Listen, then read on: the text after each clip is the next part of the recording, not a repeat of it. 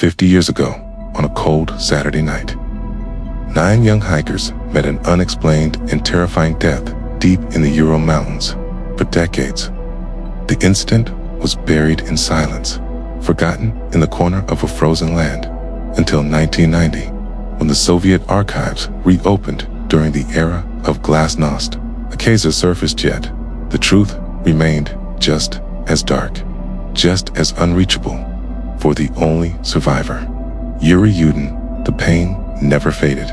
Years later, he said in a documentary, "If I had only one question to ask for the rest of my life, it would be, what happened to my friends that night?" On January 28, 1959, 10 students from the Ural Polytechnic Institute began a challenging ski expedition to the remote mountain of Otorten. Their leader was Igor Dyatlov, experienced, disciplined, and respected hiker. But just one day into the trip, one member, Yuri Yudin, fell ill and was forced to return. The remaining teams, 7 men and 2 women, continued deeper into the wilderness. They were last seen alive on January 27th in the small northern settlement of VC. On February 2nd, the team reached the slope of Kholat Syakhl, known in the Mansi language as the Mountain of the Dead. For unknown reasons, they pitched their tent on an open, exposed slope rather than a safer forested area. 1.5 kilometers away, Yudin later theorized that Dyatlov feared losing sight of the summit in the dense forest. That night would be their last. The team was expected back in Vizi by February 12th, when no message came. No one worried at first. Dyatlov had mentioned possible delays, but by February 20th, silence turned to alarm. Search teams, volunteers, police, and even the Soviet military joined the rescue effort. Helicopters swept across the frozen landscape. On February 26th, the first discovery was made. Search leader Mikhail Sherevin found the tent half collapsed, filled with snow, and ripped open from the inside. Inside lay boots, jackets, food. Everything was left behind. Footprints in the snow showed 9 people fleeing downhill. Many were barefoot. Some wore only socks, and temperatures reaching -30 degrees Celsius.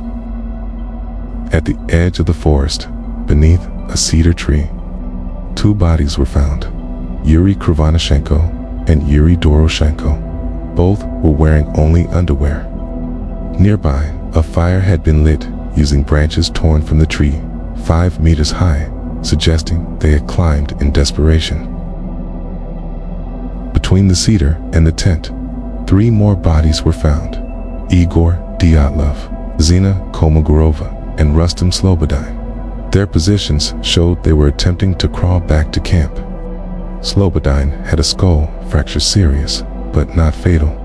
He likely collapsed and froze to death.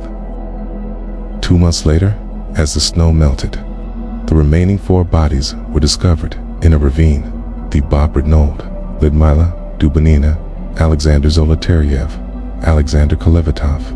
These deaths were different, much more violent. The Bobrodnold had a crushed skull. Zolotaryev and Dubanina had severe rib fractures and injuries comparable to a car crash. Yet, there were no external wounds, no soft tissue damage, as if the force acted from inside the body. Dubanina was missing her tongue, lips, and eyes, likely due to natural decomposition in running water. Their clothing contained elevated levels of radiation. Other strange findings deepened the mystery. Nearby hikers reported orange fireballs in the sky that month. A mysterious metal fragment was photographed at the site. Some believed the group temporarily lost their vision. No foreign footprints were found, only those of the 9 hikers. Zolotaryev fled the tent, carrying his camera instead of clothes. Krivonashenko's nose was partly missing. Some diaries contained missing pages, and the site lay between Bikaner Cosmodrome and Novaya Zemlya, areas known for secret Soviet weapons tests. The Soviet investigation concluded the hikers died due to a compelling natural force. No murderer, no official cause, no explanation. In 1990, writer Anatoly Gushin reopened the case, revealing missing documents and previously unseen photographs. His theory, a secret Soviet weapon test went wrong, but the truth remains locked in ice.